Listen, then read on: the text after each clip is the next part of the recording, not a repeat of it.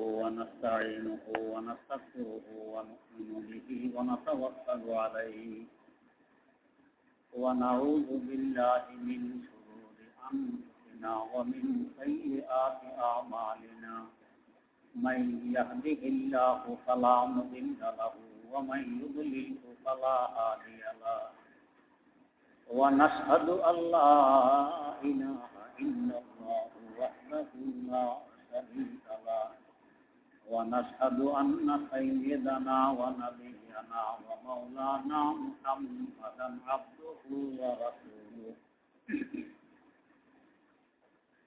أرسله بالحق بشيرا ونذيرا وداعيا إلى الله بإذنه وسراجا منيرا صلى الله تعالى عليه وعلى آله وأصحابه وسلم تسليما كثيرا كثيرا أما بعد فأعوذ بالله من الشيطان الرجيم بسم الله الرحمن الرحيم ألف لام ميم ذلك الكتاب لا ريب فيه هدى للمتقين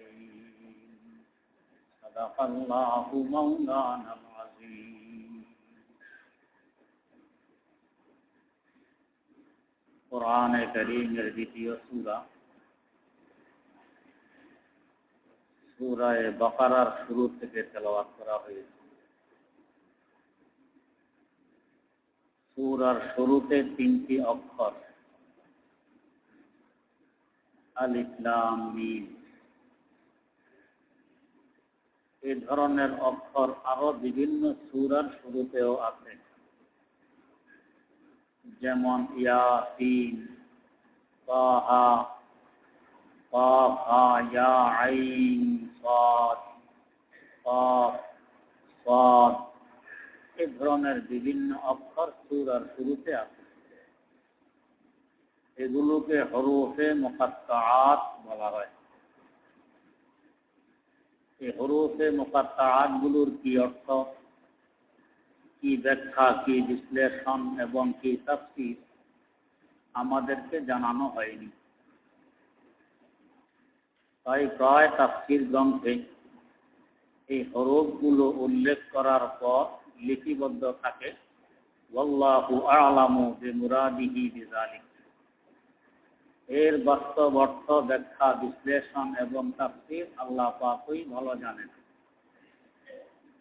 হযরত রাসূল আকরাম সাল্লাল্লাহু আলাইহি ওয়াসাল্লাম জানেন কিনা এ সম্পর্কেও আমরা জ্ঞাত নই, আমাদেরকে তাও জানানো হয়নি।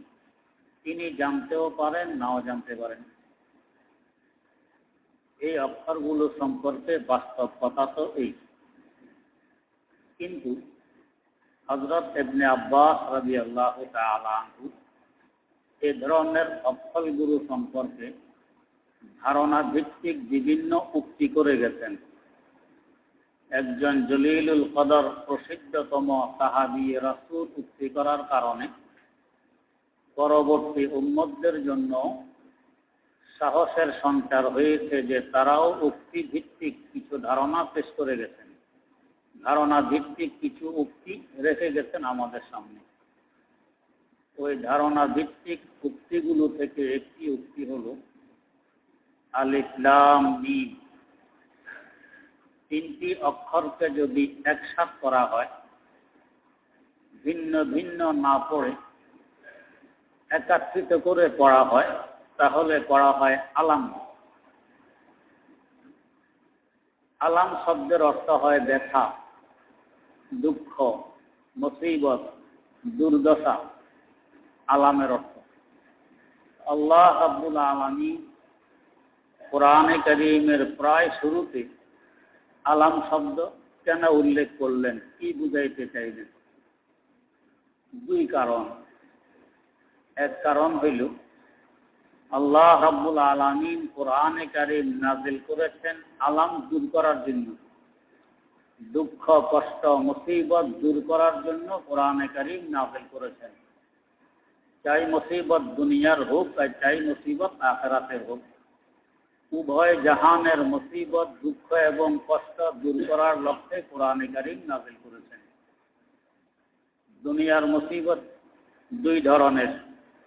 এক মুসিবত হলো শারীরিক মুসিবত, রোগ ব্যাধি, জালেমের জুলুম, অত্যাচারীর অত্যাচার।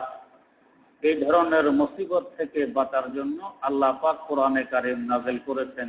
এই ধরনের মুসিবতও কোরআনে কারীমের মাধ্যমে দূর করা যায়, যদি শর্ত শরায়েত পাওয়া যায়।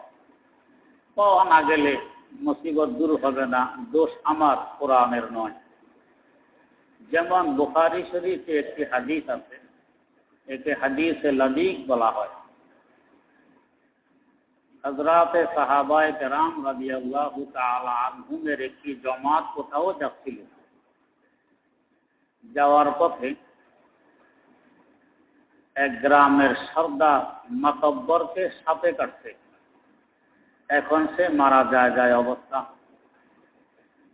গ্রামবাসীরা দেখলো যে আমাদের সর্দার মারা যেতেছে। মৌলভী সুরতের কিছু মানুষ দেখলাম ওইদিকে যায়। এরা হয়তো কোনো মন্ত্র, ঝাড়ফুঁক ইত্যাদি জানে। এদেরকে গিয়ে বলি এরা আমাদের সর্দারকে ঝাড়ফুঁক দেখ, সাপের বিষ নেমে যাচ্ছে। এরা দৌড়িয়ে ওনাদের কাছে গিয়ে বলছে আমাদের সর্দারকে সাপে কাটছে, মারা যাইতেছে, আপনাদের কাছে করার কিছু থাকলে করলে আমরা কৃতজ্ঞ থাকব। সাহাবায়ে কেরামের জামাত ফিরে আসলো। একজন সাহাবী পুরা কোরআন নয়, কোরআনের একটি ছোট্ট সূরা, সূরা ফাতিহা, কোরআনে কারীমের প্রথম সূরা। এই সূরাটি 7 বার পড়ে যে জায়গায় সাপে কাটছিল ওই জায়গায় ফুঁক দিতেন। ফুঁক দেওয়ার সাথে সাথে ওই রোগী একেবারেই সুস্থ, মনে হয় যেন সাপে কাটেইনি, সুস্থ হয়ে গেছে। কোরআনে কারীমের মাধ্যমে এই যে মুসিবত দুনিয়া দূর হয়ে গেছে, ওই শর্ত ওনাদের মধ্যে পাওয়া গেছে, তাই দূর হয়ে গেছে। এরা খুশি হয়ে অনেকগুলো ছাগল দিয়ে দিয়েছে আমাদের সর্দারকে, সাপের বিষ নামায়ে বাঁচিয়ে দিলেন, ছাগল দিয়ে দিলেন। সাহাবায়ে কেরাম রাদিয়াল্লাহু তাআলা আনহুম সন্দেহাতীত কোনো কাজ নিজে করতেন না। রাসূল আকরাম সাল্লাল্লাহু আলাইহি ওয়াসাল্লামকে জিজ্ঞেস করে যে পর্যন্ত সন্দেহ দূর না করতেন, ওনাদের স্বভাব ছিল। আমাদেরও হুকুম, সাহাবায়ে কেরাম যেভাবে চলতেন, যেভাবে বলতেন, যেভাবে করতেন, আমরাও সেভাবে বলি, চলি, করি। কিন্তু ওনাদের নাম তো নেই ঠিক, ওনাদের অনুসরণ আমরা ঠিকভাবে করি না। বাপ মারা গেছে, কি করলে সওয়াব পাবে, বাপের উপকার হবে, এটা নিজের মন মতো একটা সিদ্ধান্ত নিয়ে নেই যে ইসালে সওয়াবের জন্য 3 দিনের দিন কিংবা 4 দিনের দিন অথবা 40 দিনের দিন আর মৃত্যুবার্ষিকীর দিন প্রতি বছর একবার জিয়াফত খাওয়াইতে হবে। তারিখ ঠিক করে জিয়াফতের দাওয়াত দিয়ে যখন অনুষ্ঠান তার আগ মুহূর্তে হুজুর চলেন, কই আমার বাপের ইসালে সওয়াব। ইসালে সওয়াব কিভাবে করলে বাপ উপকৃত হবে, আপনার খরচ কি কাজে লাগবে, এভাবে করা লাগবে না? কই জি। হুজুর বলতেছেন যেভাবে করতেছেন এভাবে বাপে তো সওয়াব পাবে না, আপনার খরচ বেকার যাবে, লাভ হবে না। নিয়ম তো ছিল 3 দিন না বাদ, 4 দিন না বাদ, 40 দিন না বাদ, মৃত্যুবার্ষিকী বাদ, এগুলো ইসলামে নেই। আপনার সামর্থ্যে যা কুলায়, যখন কুলায় আপনি পাকাইয়া গরিব মিসকিনকে খাওয়াইলেন, কিংবা মসজিদ মাদ্রাসায় দান করে দিলেন, গরিব দুঃখীকে দান করে দিলেন, সওয়াব হইত। এখন যে ওই দিনের সাথে সম্পর্ক করে দিতেন, এটা ইসলাম পছন্দ করে না, সওয়াব তো হবে না। শুধু আসেন, কইলাম সওয়াব হবে না, তারপরে আমারে আসেন, তো এবার তো করে ফেলছি, হয়ে যাক, সামনে দেখব। এবার করছেন, হয়ে যাক, সামনে দেখব। তা আপনার বাপ কি আবার মরবে যে আবার তাই দিনে আসবে?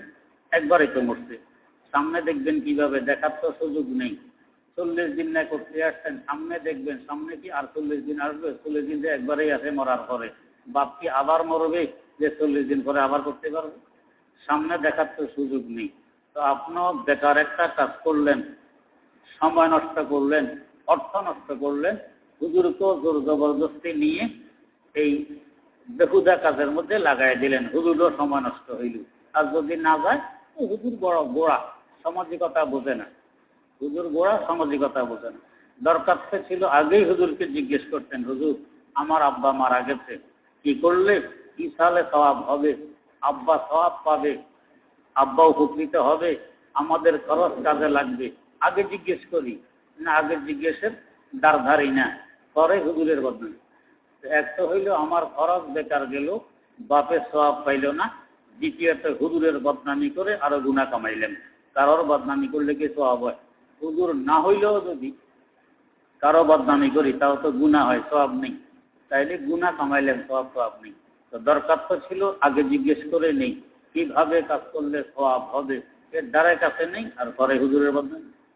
সাহাবায়ে কেরাম রাদিয়াল্লাহু তাআলা আনহুম, ওনারা আগে জিজ্ঞেস করে নিতেন যে হুজুর এটা আমার জন্য বৈধ কি বৈধ নয়।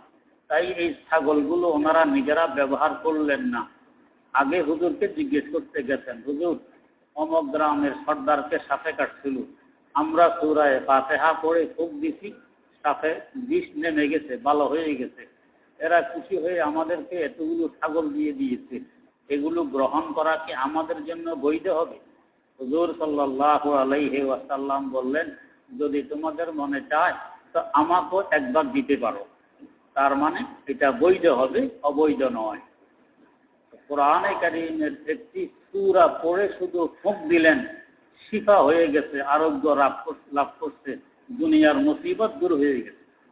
নজমে নজমা সদর বরাত হস্তে বরতর জাফেতাব, নজমে নজমা সদর বরাত হস্তে বরতর জাফেতাব, হরফে হরফে উ শিফাআত ও খুদা বাহারে রশিদ, হরফে হরফে উ শিফাআত ও খুদা বাহারে রশিদ। শুধু পুরা কোরআনে কারীম লাগে না, পুরা সূরাও লাগে না, একটি অক্ষরও যদি ব্যবহার করতে জানি এতেও শিকার আরোগ্য লাভ হয়, মুসিবত দূর হয়। এটা কোরআনের বৈশিষ্ট্য। আল্লাহ রাব্বুল আলামিন কোরআন নাযিল করে আমাদের মুসিবত, দুঃখ, কষ্ট, যন্ত্রণা এগুলো দূর করতে চাইছেন, এজন্য নাযিল করছেন। তাই কোরআনকে যতই বুকে জড়িয়ে ধরব, কোরআনী জীবন যতই যাপন করব, দুঃখ, কষ্ট, মুসিবত দূর হইতে থাকবে। এই তো তার একর্থ। এটা হলো দুনিয়ার দুঃখ কষ্ট।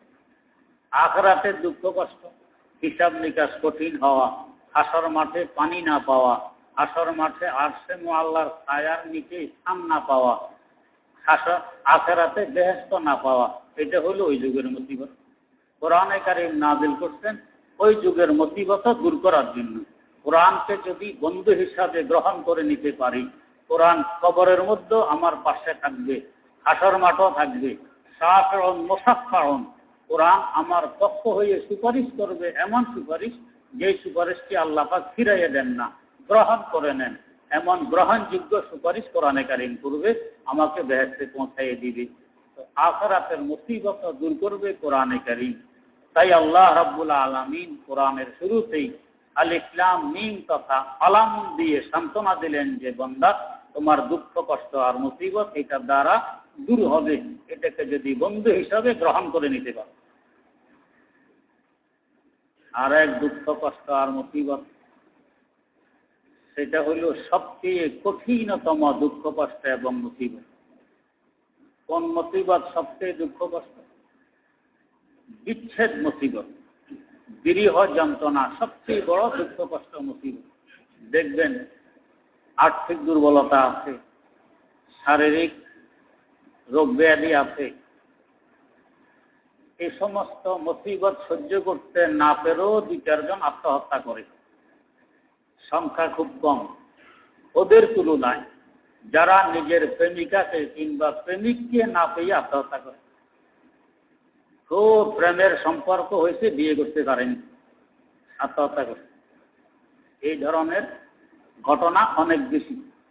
বোঝা গেছে বিচ্ছেদ যন্ত্রণা, বিরহ বেদনা এটা সবচেয়ে বড় মুসিবত, সবচেয়ে বড় কষ্ট, এটা সহ্য করা যায় না, এই জন্য আত্মহত্যা বেশি দেখা যায়। বন্ধুর থেকে দূরে থাকা, বিরহ যন্ত্রণা বড় মুসিবত। এই ক্ষণস্থায়ী দুনিয়ার কোনো মাখলুকের সাথে, কোনো মানুষের সাথে বন্ধুত্বের সম্পর্ক গড়ে ওঠে, এটাও সহ্য করা যায় না, আত্মহত্যা করে। আর বাস্তব বন্ধু, স্থায়ী বন্ধু একমাত্র আল্লাহ রাব্বুল আলামিন। আমার সুখে দুঃখে সব সময় আমার সহায় তিনি, দুনিয়া এবং আখিরাতে আমার সহায় তিনি। দুনিয়ার এই বন্ধু দুনিয়ার সব বিপদ থেকেও তো আমাকে উদ্ধার করতে পারে না, আখিরাতের তো করার কথা। আখিরাতে হেও তো নাফসি নাফসি ভাব, আর আমার সাহায্য করবে কি? এই বন্ধুর বিচ্ছেদ যন্ত্রণা সইতে না পেরে আত্মহত্যা করে। আর আল্লাহ রাব্বুল আলামিন বাস্তব বন্ধু, তার বিচ্ছেদ এটা সহ্য করা কি সম্ভব? বড় কঠিন। এই বিচ্ছেদ সহ্য করা বড় কঠিন। যদি বুঝি যে বিচ্ছেদ ঘটছে তখন, আর না বুঝলে তো নাই। বন্ধুত্ব কি জিনিস বুঝি টুঝি না, আল্লাহ পাক বাস্তব বন্ধু কি বন্ধু নন বুঝি টুঝি না, এটা ভিন্ন কথা। বুঝলে এটা বড় কঠিন।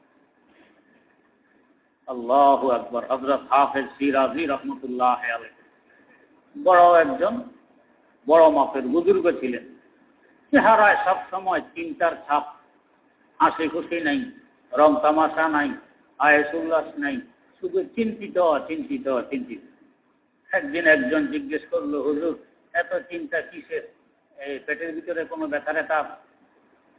বললেন, হ্যাঁ ব্যথা আছে। কিসের ব্যথা? তো ব্যথা তো পেটে নয়, তো কোথায়? তো ব্যথা অন্তরে। কিসের ব্যথা? বিচ্ছেদের ব্যথা। কার বিচ্ছেদ? বোঝো না? রোজে কে জি মঞ্জিলে বয়রামে রাওয়াম, রোজে কে জি মঞ্জিলে বয়রামে রাওয়াম, রাহাতে যা তলবম ওয়াসফায়ে জানা রাওয়াম, রাহাতে যা তলবম ওয়াসফায়ে জানা রাওয়াম, नजर कर दम के गरा यद बसारे ईद में रोजे, सदर माय का दशा दान बदल खावे रवम, सदर माय का दशा दान बदल खावे रवम। तो বুঝো না কিসের ব্যথা? আমি আমার বাস্তব বন্ধু, স্থায়ী বন্ধু আল্লাহ রাব্বুল আলামিন থেকে অনেক দূরে সরে আছি, দেখা পাই না, সাক্ষাৎ পাই না, সরাসরি কথাবার্তা বলতে পারি না, এই যন্ত্রণা সইতে পারি না। এজন্য চেহারা মলিন, এজন্য চিন্তিত। কবে সাক্ষাৎ হবে, কবে দেখা হবে, কবে সরাসরি কথাবার্তা হবে, ওই অপেক্ষায় অপেক্ষমান। হাসি খুশি করা কি সম্ভব? বন্ধু বন্ধু থেকে দূরে থাকলে বিচ্ছেদ অবস্থায় হাসি খুশি করতে পারে না, সব সময় চিন্তায় মগ্ন থাকে, কবে আবার বন্ধুর পাশে যেতে পারবো, বন্ধুকে আবার কখন পাশে পাবো, এই চিন্তায় ব্যস্ত থাকে। আমিও এই চিন্তায় ব্যস্ত। আমার চিন্তা দূর হবে ওই দিন যেদিন মাটির দেহ মাটিতে পড়ে থাকবে, আমার রূহ দেহ ত্যাগ করে বন্ধুর সাথে মিলনের লক্ষ্যে উড়ে চলবে। ওই দিন হবে আমার খুশির দিন। আমরা তো ওই দিনকে ভয় পাই, সর্বনাশ, মারা যাবো, কবরে নিবে আমাকে, ভয় পাই।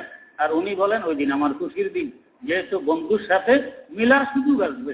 এখন মিলতে পারতেছি না হায়াতের বাধার কারণে, ওই দিন হায়াতের বাধা চলে যাবে, আমি সরাসরি মিলতে পারবো, ওই দিন হবে খুশির দিন। তো এই যে বিচ্ছেদ যন্ত্রণা, আল্লাহ রাব্বুল আলামিন এই যন্ত্রণাকেও লাঘব করার লক্ষ্যে কোরআনে কারীম পাঠাইলেন আমাদের কাছে, যেন বলে দিলেন, ও বন্ধুরা, এশক মাখা, প্রেম প্রীতি আর ভালোবাসা মাখা একটি চিঠি, যার নাম কোরআনে কারীম, তোমাদের কাছে পাঠিয়ে দিলাম। এটাকে যদি বন্ধু হিসাবে গ্রহণ করতে পারো, তোমার জীবনের সাথে ভিত করতে পারো, তো দেখবে ওই বিচ্ছেদ যন্ত্রণা লাঘব হবে, স্বাদ পাবে, মজা পাবে। বেশি বেশি তেলাওয়াত করবে, এই অনুযায়ী আমল করবে, তখন দেখবে বিচ্ছেদ যন্ত্রণা সবার মতো হবে। আলাম, দুঃখ, দুর্দশা, বিচ্ছেদ, এটা কমবে এই কোরআনে কারীম। তাই আল্লাহ পাক শুরুতেই এই আলিফ লাম মিম তথা আলামন দিয়ে বুঝাই দিলেন, যন্ত্রণা লাঘব করার লক্ষ্যে আমি কিতাব তোমাদের কাছে পাঠাইলাম। আর এক অর্থ হইল, আমরা ছিলাম তো বেহেশতে, আল্লাহ রাব্বুল আলামিনের একেবারে কাছে। কত কাছে? তাফসীরে মাআরিফুল কুরআনে উল্লেখ আছে যে আরশে মুআল্লার তলা আর আমাদের বেহেশতের ছাদ এক। এই যে মসজিদ, দোতলা মসজিদ, নিচের তালার ছাদ আর উপরের তালার তলা এক থাকে, এরকম আরশে মুআল্লার তলা আর আমাদের বেহেশতের ছাদ এক, এত উপরে। অর্থাৎ আল্লাহ রাব্বুল আলামিনের কুদরতি কদমের নিচে আমাদেরকে থাকতে দিয়েছে।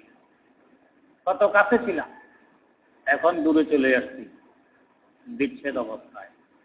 আল্লাহ রাব্বুল আলামিন কোরআনে কারীম দিয়ে আমাদেরকে বুঝাইলেন যে তোমরা বিচ্ছেদ অবস্থায় আছো। আগে বিচ্ছেদ ছিল না, পরেও থাকবে না, মধ্যখানে বিচ্ছেদ অবস্থায় আছো। এই বিচ্ছেদের জন্যই তোমাদেরকে দুনিয়াতে পাঠাইলেন। কেন? বিচ্ছেদ যন্ত্রণা যদি কেউ সহ্য না করে, দুঃখ কষ্ট মুসিবত যদি কেউ সহ্য না করে, তাহলে সে কামেল হয় না, পূর্ণতা লাভ করতে পারে না। মাটি, এই মাটিকে প্রথমে কেটে এক জায়গা থেকে আরেক জায়গায় নিয়ে গেছে। ওখানে এটাকে মেশিন দিয়ে চুরমার করে একবারে গুলে কাদা বানিয়ে ফেলছে। ওইখান থেকে আবার ফার্মার ভিতরে ঢুকায়া ইটের সাইজ বানাইছে, আবার রোদ্রের মধ্যে রেখে এটাকে শুকাইছে, এরপরে আগুনে পোড়াইয়া লাল বানাইছে, এরপরে আবার হাতুড়ি দিয়ে পিটাইয়া ভেঙে ভেঙে কঙ্কর বানাইছে, তারপর সিমেন্ট বালির সাথে মিশাইয়া বিল্ডিং বানাইছে। এগুলো মাটির জন্য মুসিবত না আনন্দের ব্যাপার? বড় মুসিবত। একবার একখান থেকে কেটে আরেকখানে নিয়ে গেছে। এই বিচ্ছেদ শুরু হইল, ছিল কোথায়, নিয়ে গেল কোথায়। আর বিচ্ছেদের সময় তাকে কাটছে কোদাল দিয়ে, কেটে কেটে আরেক জায়গায় নিচ্ছে। এই 2 মুসিবত। কাদা গুড়লো 3 মুসিবত, রোদ্রে শুকাইলো 4 মুসিবত, আগুনে পুড়লো 5 মুসিবত, হাতুড়ি দিয়ে পিটাইয়ে ভাঙলো 6 মুসিবত। এই 6টা মুসিবত সহ্য করার পরে এখন সে বিল্ডিং, কোথাও মসজিদ বা কোথায় অন্য কোনো বিল্ডিং, এখন কত দাম, কত মূল্য। তার আগে যদি এইভাবে না পড়াইতো, ইট যে পরিমাণের, এই পরিমাণের মাটি যদি কেউ বাজারে আনে, যে বিক্রি করতে আসছি এই মাটি, একটা ইট পরিমাণ মাটি বাজারে বিক্রি করতে যদি নেন, কেউ কিনবে নি 58 পয়সা দিয়ে, কিনবে না। কিন্তু ইট 5 টাকা 7 টাকা দিয়েও কিনতেছেন। এই দামটা কে বাড়াইলো? দুঃখ কষ্ট আর মুসিবতে বাড়াইলো। যতই মুসিবত বেশি সহ্য করছে ততই দাম বাড়ছে। এই মুসিবত যদি ইট সহ্য না করতো, এক ইট পরিমাণ এই মাটি, এটা কেউ কিনতে আসতো না আপনার থেকে, 58 দিয়েও কিনতো। আল্লাহ রাব্বুল আলামিন বুঝাইতে চান, ও বান্দা, তোমাকেও মুসিবত সহ্য করার জন্য, বিচ্ছেদ যন্ত্রণা সহ্য করার জন্য দুনিয়ার সফরে পাঠাইলাম। যত এই মুসিবত সহ্য করবে তোমার দাম বাড়বে, যত সহ্য করবে তোমার দাম বাড়বে। দাম বাড়ানোর জন্য পাঠাইলাম দুনিয়াতে, আয়েশ উল্লাসের জন্য নয়। হযরত আমির খুসরু রাহিমাহুল্লাহ, হযরত নিজামউদ্দিন আউলিয়া রহমাতুল্লাহ আলাইহির মুরিদ, ওনার ভাষায় উনি বলতেছেন, কাফেরে ইসলাম মুসলমানি মুরাদার কারণী, কাফেরে ইসলাম মুসলমানি মুরাদার কারণী,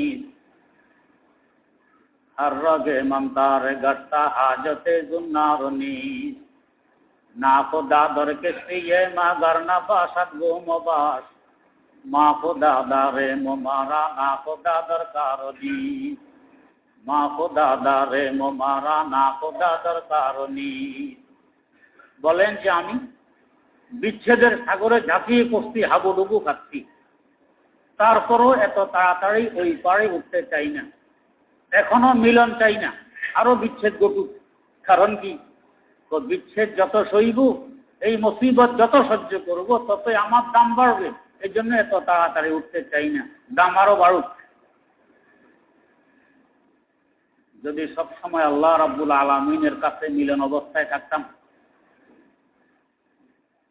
পরবর্তীতে তার সাক্ষাৎ আর দিদার যখন ঘটবে, তখন যেই মজা পাওয়া যাবে এই মজা পাইতাম না। বিচ্ছেদের পরে সাক্ষাৎ হবে, লক্ষ লক্ষ কোটি কোটি বছর পর আল্লাহ রাব্বুল আলামিনকে দেখতে পাবো। এই জন্য দিদারের এত স্বাদ হবে, এত মজা হবে। না হয় এত স্বাদ আর এত মজা হইত না। একজন বড় বুজুর্গ বিদেশ থেকে আসতেছেন আমাদের এলাকায়, দেখবেন 10 মাইল 20 মাইল সারা দেশ থেকে মানুষ আসতেছে বুজুর্গের সাথে সাক্ষাৎ করবে। কিন্তু বুজুর্গ যদি সবসময় এখানেই থাকে, এখন এত আগ্রহ করে দূর দরাজ থেকে মানুষ আসবে না, কারণ বিচ্ছেদ তো নাই, সবসময় মিলন। আর এই যে সারা দেশ থেকে মানুষ আসলে এক নজর দেখতে পারলে কি আত্মতৃপ্তি, বিচ্ছেদের পর দেখতে এই জন্য এত আত্মতৃপ্তি, সব সময় সামনে থাকলে এত আত্মতৃপ্তি হইত না।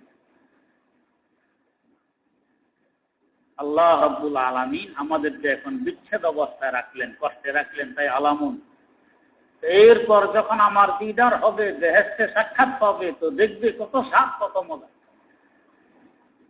বেহেশতে ঢুকছেন, আরাম আয়েশের তো কোনো অভাব নেই, যা চান তা পেয়ে যেতেছেন।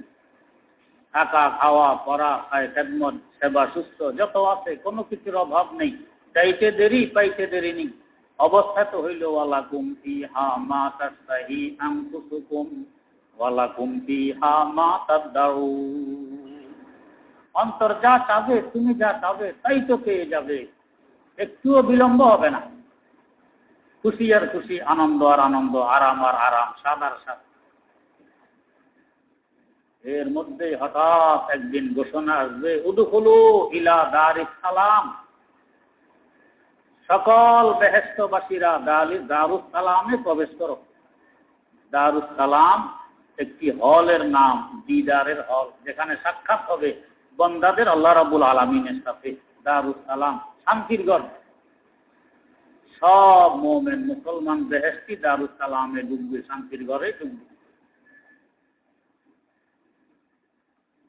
কত কোটি কোটি কোটি কোটি কোটি কোটি মুমিন মুসলমান এই হলের ভিতরে অপেক্ষা, আল্লাহ রাব্বুল আলামিনের সাক্ষাৎ হবে এখানে। কি স্বাদ, কি মজা। এই হলের এক পাশে স্টেজ সাজানো থাকবে, সমস্ত আম্বিয়ায়ে কেরাম আলাইহিমুস সালাতু ওয়াস সালাম ওইখানে উপবিষ্ট থাকবেন। এক নজরে সমস্ত নবীদেরকে দেখতে পাবেন। আল্লাহু আকবার, কতই না ভাগ্যবান ওই চক্ষুগুলো, যে চক্ষু এক নজরে সমস্ত নবীকে দেখতে পাবে। সভাপতির আসন গ্রহণ করবেন আমাদের নবী হযরত রাসূল আকরাম সাল্লাল্লাহু আলাইহি ওয়াসাল্লাম। তেলাওয়াত শুরু হবে, তেলাওয়াত। সাইয়্যিদনা হযরত দাউদ আলা নবিয়িনা ওয়া আলাইহিস সালাতু ওয়াস সালামের সুমধুর কণ্ঠে। কত মধুর কণ্ঠ! দুনিয়াতে থাকা অবস্থায়ও তিনি যখন জাবুর শরীফ তেলাওয়াত করতেন, তার তেলাওয়াত শোনার জন্য উড়ন্ত পাখি উড়া বন্ধ করে দিত, দাঁড়ায় দাঁড়ায় তার তেলাওয়াত শুনতে বাধ্য হইত। নদীর মাছ কিনারায় ভিড় জমাইতো তার তেলাওয়াত শুনবে এই জন্য। তার তেলাওয়াতের তালে তালে পাহাড় পর্বত পর্যন্ত হেলতো দুলতো। কি মধুর তেলাওয়াত! এটা তো দুনিয়া থাকা অবস্থায় তার কণ্ঠ, আর আখিরাতে গেলে আরো কত কোটি কোটি গুণ বেশি মধুর হবে। ওই মধুর কণ্ঠে তেলাওয়াত চলবে। কি স্বাদ, কি মজা, কি স্বাদ, কি মজা, কি স্বাদ, কি মজা। তার তেলাওয়াত শেষ হইল, স্বয়ং সভাপতির জবান মোবারকে ইয়াসিন সূরার তেলাওয়াত শুরু হবে। আরো কত স্বাদ, আরো কত মজা, আগের তুলনায় আরো কোটি কোটি গুণ বেশি আকর্ষণীয় তেলাওয়াত, বেশি মধুর আওয়াজ। কি স্বাদ, কি মজা! রাসূল আকরাম সাল্লাল্লাহু আলাইহি ওয়াসাল্লামের জবান মোবারকে তেলাওয়াত শোনা সোজা কথা। ইয়াসিন সূরার তেলাওয়াত শেষ হবে, ঠিক এই মুহূর্তে এর থেকেও লক্ষ কোটি গুণ বেশি আকর্ষণীয় একটি আওয়াজ ভেসে উঠবে। কি? সালামুন আলাইকুম মির রাব্বির রাহিম। ও আমার মুমিন মুসলমান বান্দারা, তোমাদের দয়ার সাগর পালনকর্তার পক্ষ থেকে সালাম গ্রহণ করো। কি স্বাদ, কি মজা, কি স্বাদ, কি মজা! আওয়াজটি কোন দিক থেকে আসলো? সব বেহেশতিরা ওই দিকে তাকাবে। তাকাইলে দেখবি যে মাওলার জন্য কোটি কোটি বছরের বিচ্ছেদ যন্ত্রণা, কোথায় রূহ জগৎ, কোথায় মায়ের পেট, দুনিয়ার জগৎ, কবরের অন্ধকার গর্ত, হাসর মাঠ, কত কষ্ট, কত বিচ্ছেদ, কত যন্ত্রণা, আর দুনিয়া আসার পরে কত তিরস্কার, কত মজা, কত তিতিক্ষা, কত কিছু, কত গালিগুলোজ মানুষে দিয়েছে যে মাওলার জন্য। এখন সেই মাওলার কুদরতি চেহারাটি যেন ঝলমল ঝলমল তাকিয়ে থাকবে। এক তাকানোতে কোটি কোটি বছর চলে যাবে, বন্দারা টেরও পাবে না যে কত বছর চলে গেছে। এত স্বাদ, এত মজা কেন? কোটি কোটি বছরের বিচ্ছেদের পর সাক্ষাৎ পেয়েছে, এই জন্য এত স্বাদ, এত মজা। আল্লাহ পাক বলেন, বন্দা, এই মজা বাড়ানোর জন্য তোদেরকে এই দুঃখ কষ্টে কিছু দিয়ে দিলাম দুনিয়ার সফরে, তাই আলামুন শব্দ প্রথমে নাযিল করে বুঝাইলাম। এখন দুঃখ কষ্ট সহ্য করো, এতে পূর্ণতা লাভ হবে। আখিরাতে যখন যাবে আমার সাক্ষাৎ ঘটবে, তো বুঝবে সাক্ষাতের মূল্য কত, দিদারের মজা আর সার্থক। আল্লাহ রাব্বুল আলামিন আমাদের সকলকে আখিরাতে তার দিদার নসিব করুন। সুবহানাকাল্লাহুম্মা ওয়া বিহামদিক, আশহাদু আল্লা ইলাহা ইল্লা আনতা, আস্তাগফিরুকা ওয়া আতুবু ইলাইক।